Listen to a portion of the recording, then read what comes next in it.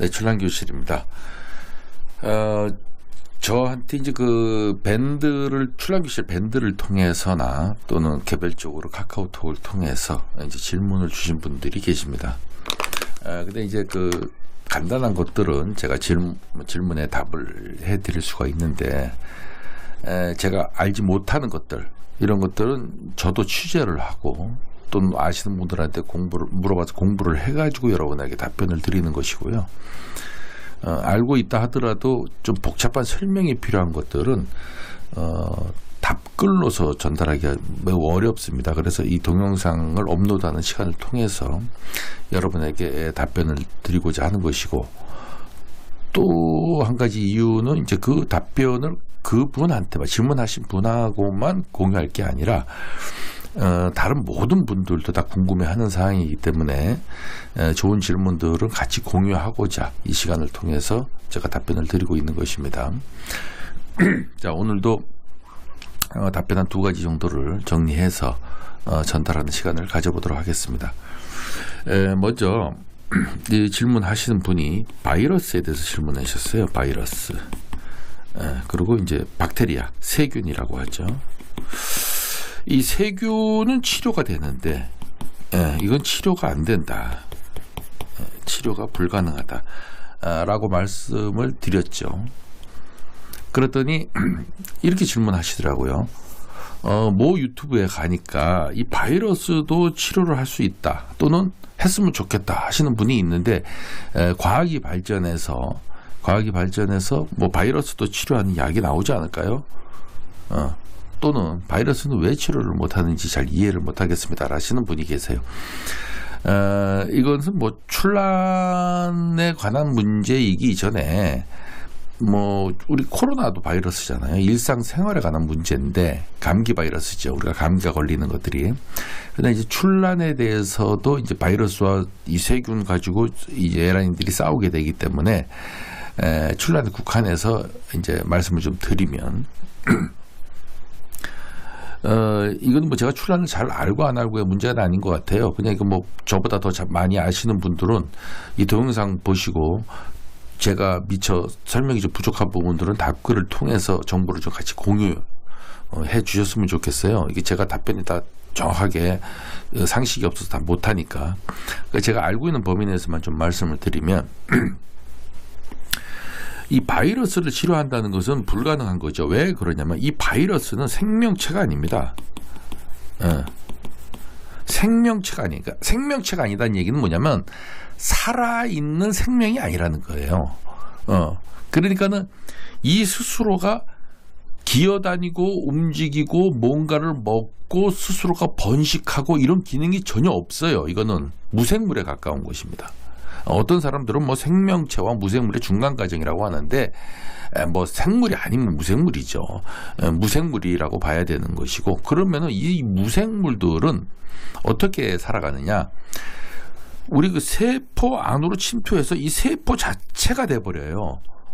이게 흔히 이제 기생이라고 하는데, 세포에 기생한다 그러는데, 출란에 들어가면 출란 세포 안으로 들어가서 출란 세포 그 자체가 돼버리는 거예요. 이 바이러스가, 오염된 바이러스가 이 세포가 되는 거죠. 그렇게 해서 이 세포가 분열을 함을 통해서 바이러스가 전파돼요. 전파되는데, 그러다 보니까 바이러스를 죽이려고 마음 먹으면 이 세포를 죽여야 돼요. 세포를 죽인다는 것은 뭡니까? 이 숙주, 바이러스가 침투한 이 본래의 줄기인 숙주가 죽어버리는 거죠. 그래서 이 코로나 바이러스가 지금 뭐 이렇게 진화한다고 그러지 않습니까? 오미크론이 뭐 이렇게 진화한다는 이유가 왜 그러냐면, 숙주가 죽으면 바이러스도 죽어요. 그러니까 바이러스도 살려고 하는 본능적인 지혜를 발휘하려면 숙주를 살려둬야 돼요. 그러면 숙주가 코로나라는 게 있었다고 칩시다. 코로나가 있는데 침투했어. 그 세포에 들어갔어. 그 세포가 막 증식을 했어. 그러다 보니까 이 숙주가 죽었어. 그러니까 이 숙주가 죽어버리니까 자기도 죽는 거야. 그래서 이거 안 되겠다. 그래서 그러면 들어가서 기생은 하되 숙주가 죽지 않은 정도로 버텨야 되겠다라고 해서 오미크론이 오미크론이 됐든 뭐가 됐다 하여튼 지능적으로 진화되는 거죠. 진화돼서 사람이 약간 앓고 지나가면 되는 정도로, 그러면서 바이러스는 몸속에 들어와서 그냥 영원히 기생해서 사는 것으로 이렇게 되는 것이죠.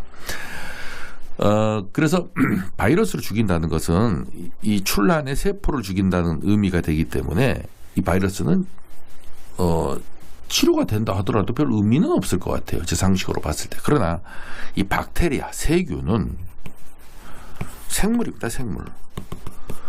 스스로 움직이고 먹고 자라고 번식을 해요. 그러니까 약을 투여하면은 이 숙주는 영향이 없는데 세균만 죽이는 약을 농약으로 개발한 거예요. 그래서 세균 같은 경우는 어떠한 여러 가지 종류의 세균들을 죽일 수 있는 종합 농약을 만들어내서 투여하면 난초는 멀쩡해요. 난초는 거기에 대해서 영향을 받지 않아요. 세균만 선택적으로 죽여요. 선택적으로 죽이기 때문에 이건 치료가 되고 예방도 되죠. 왜냐하면 죽이면서 이 세포를 코팅을 해요. 이 세포를 두껍게 코팅을 해서 다음에 또 세균이 들어오더라도 이 세균이 이 세포나 이런 벽에 붙어가지고 자생하지 못하도록 아예 방어막을 형성해줘요. 그걸 코팅이라 그러는데, 그래서 7일 간격으로 농약을 주세요. 그러면 7일 동안 이 코팅의 효력이 지속된다는 거예요. 그래서 그 간격 동안은 세균이 아무리 날라 들어와도 이 저항력이 생겨서 버틴다는 거죠.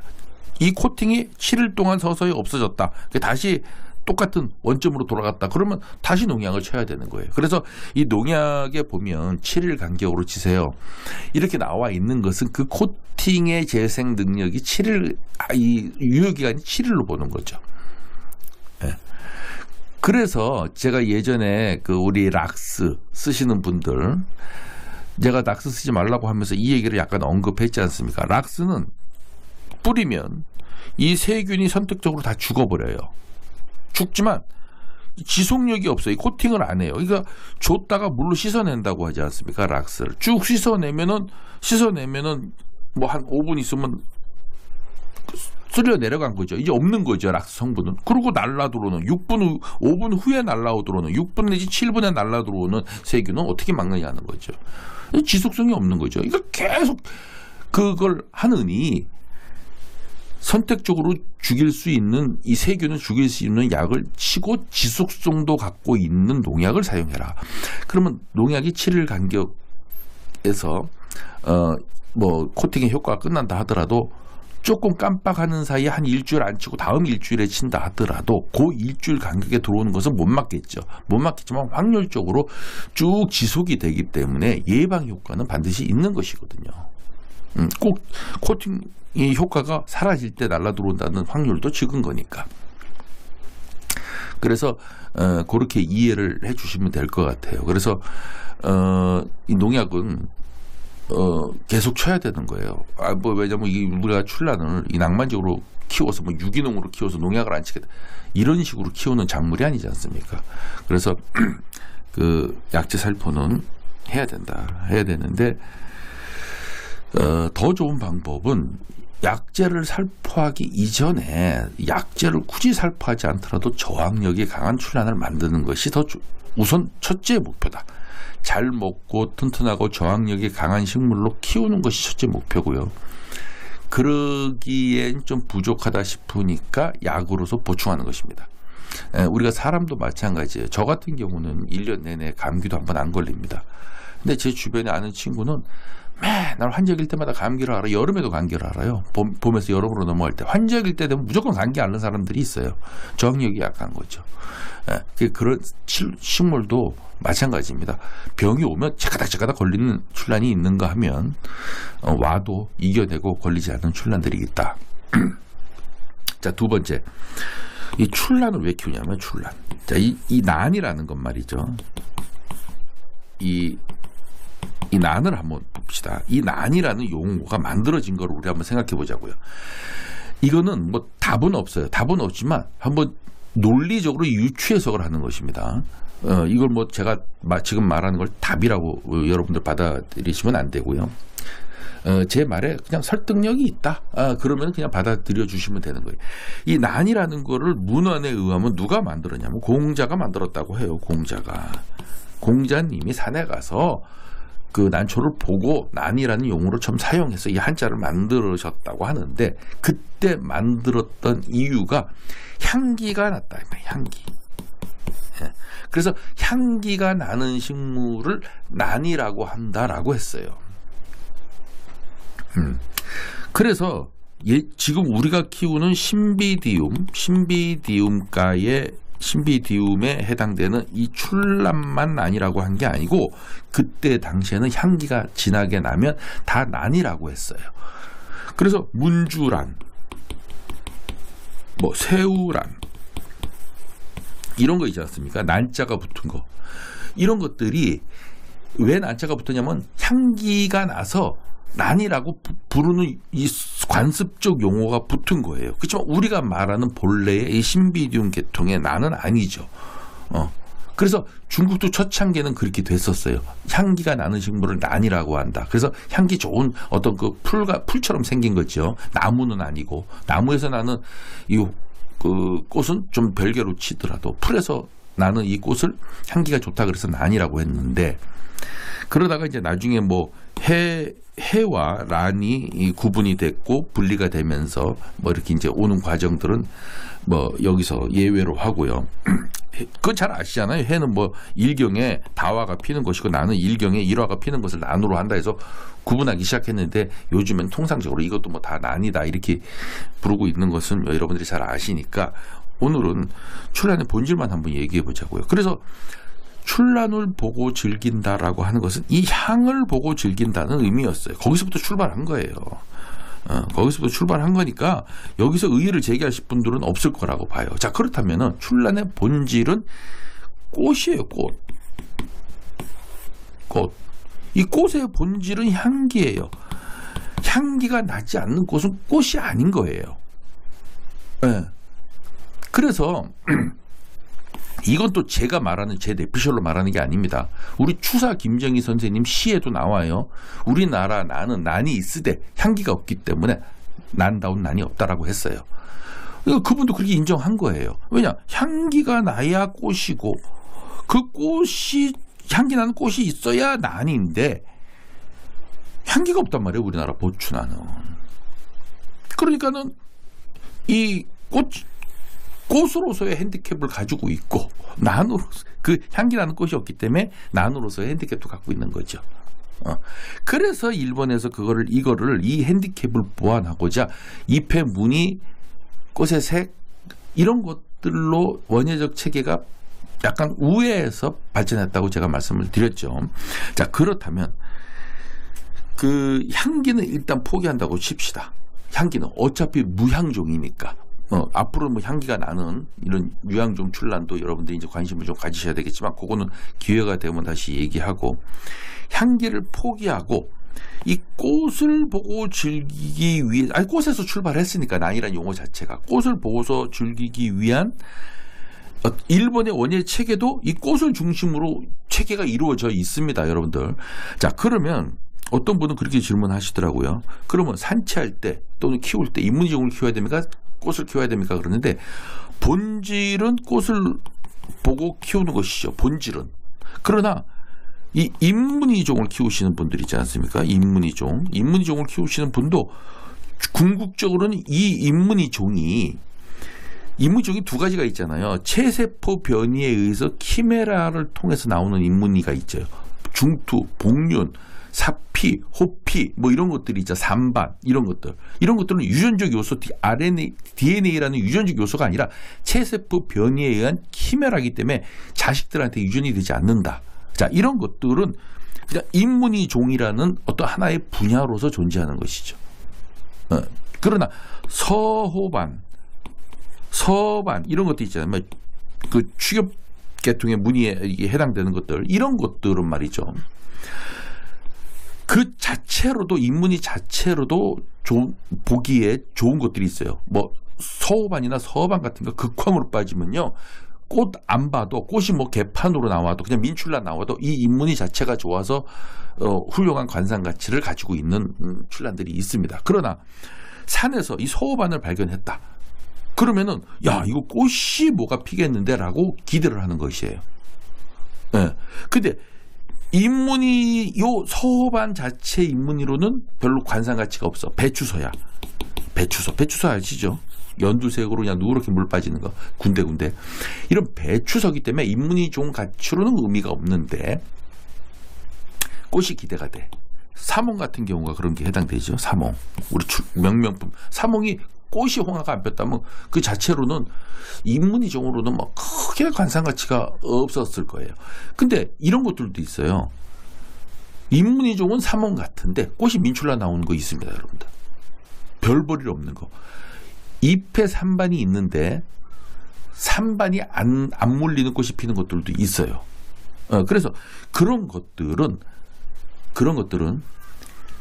제가 그랬죠. 이 인문이종도 꽃을 보기 위한 전 단계로서 유추해서 하는 것으로서 문의를 야 이거 홍화가 피겠는데 뭐 복색화가 피겠는데라고 예측했던 이러한 인문이종이 민출란이 핀다면 그 무슨 의미가 있겠습니까?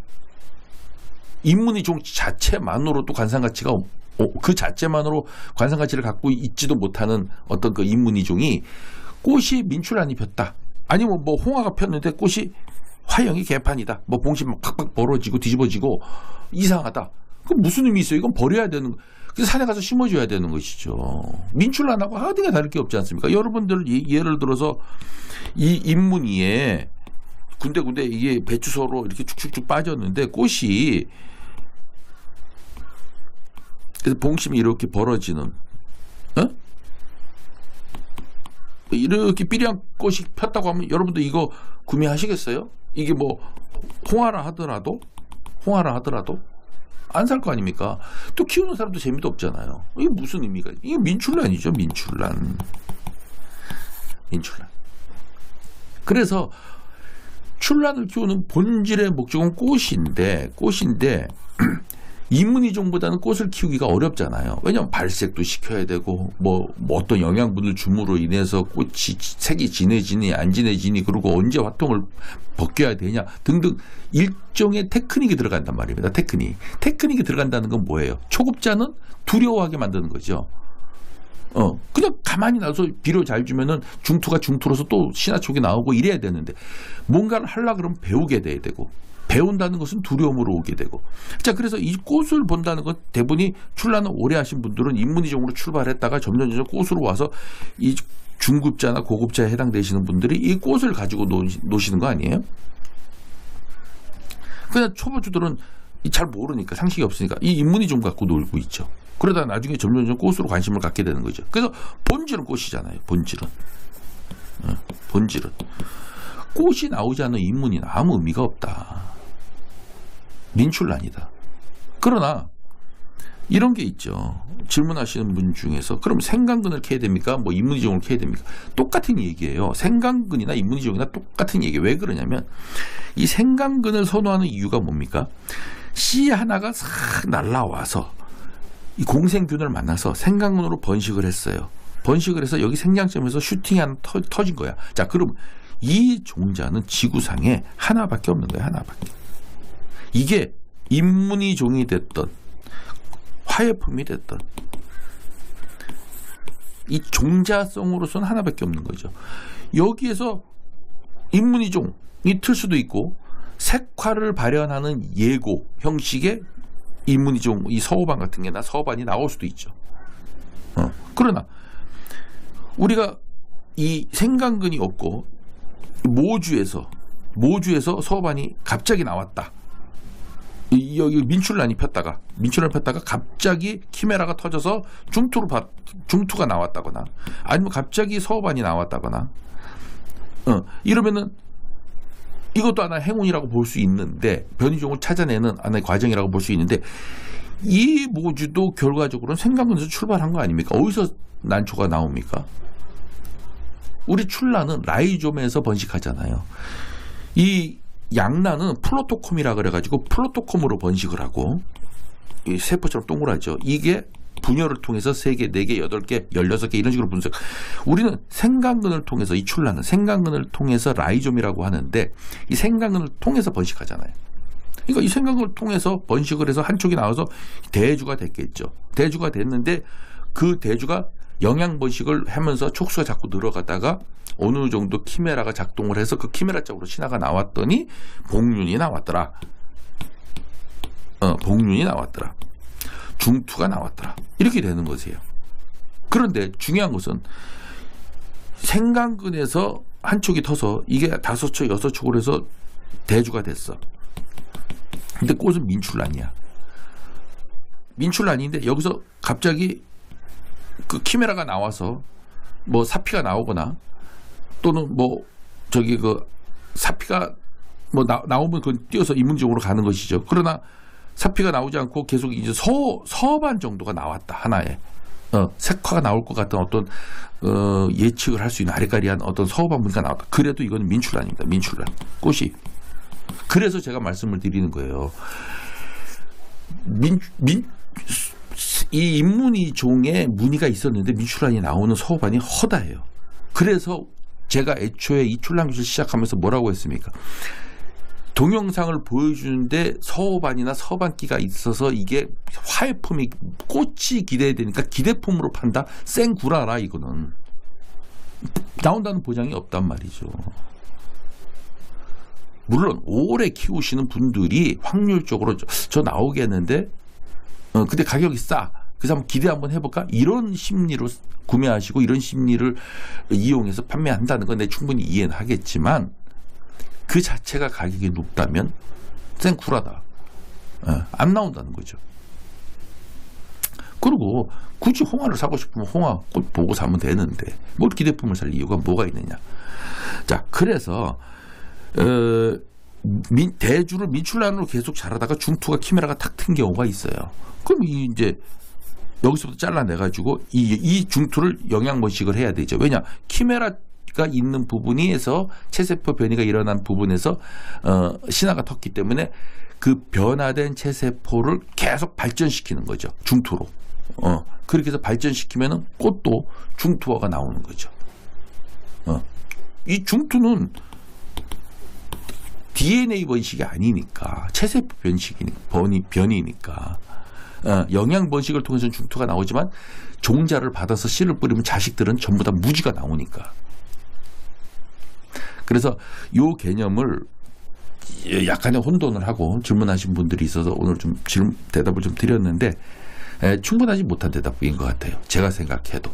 그래서 답글을 통해서 제가 좀 잘 못한 대답 이런 것들을 좀 보충해서 우리 고수분들께서 답변을 통해서 좀 공유를 좀 해주시면 저도 좀 공부를 좀 한번 해보겠습니다. 지금은 이제 뭐 결론적으로 말해서 인문이종도 하나의 분야로서 인정받아서 하지만 저는 제 생각이 좀 다릅니다. 그 인문이종도 좋은 꽃을 기대하기 위한 전초적 단계로서의 인문이지. 그 인문이 꽃이 민출란이 나오는데 인문이종을 떠받들고 있다. 이거는 별 의미가 없다. 왜냐? 그 관상 가치가 있고 재미는 있는데 그 무슨 그 기대심도 없고 기대감도 없고 이미 꽃을 봐버렸단 말이죠. 중투가 있는데 중투화를 폈더니 봉심이 벌어지고 화형도 아주 안 좋은 중투화가 폈어. 그래서 꽃대를 꺾었어. 그럼 그 중투로 계속 나와서 발전한다 하더라도 별 의미가 없다. 의미가 없다. 그래서 천종처럼 중투가 있는데 갑자기 꽃이 원판성, 두화성 꽃이 중투가 앞성으로 탁 물려 나오는 꽃이 피면 그 중투 값이 올라가는 거고 우리가 그런 꽃을 기대하기 위해서 청주처럼 생긴 중투가 또 있나 찾아봐. 그래서 약간 단엽성 중투가 좋대더라. 그러면 두화가 필 수도 있지 않아? 그래서 이 잎에 변이가 있는 중투를 자꾸 찾고 그러는 거 아닙니까? 그 꽃 때문에 그러는 거잖아요. 그래서 이 정도로 제가 말씀을 좀 드리는 것이고, 그래서 인문이종을 키우시는 분들은 조금 이제 해를 거듭하면서 화해품으로 좀 이제 관심을 좀 옮겨가야 되는 것이고, 산에서도 그런 관점에서 산책을 하시는 것이 좋지 않겠는가 하는 말씀을 드리면서 오늘 출연교실 여기서 마치도록 하겠습니다. 감사합니다.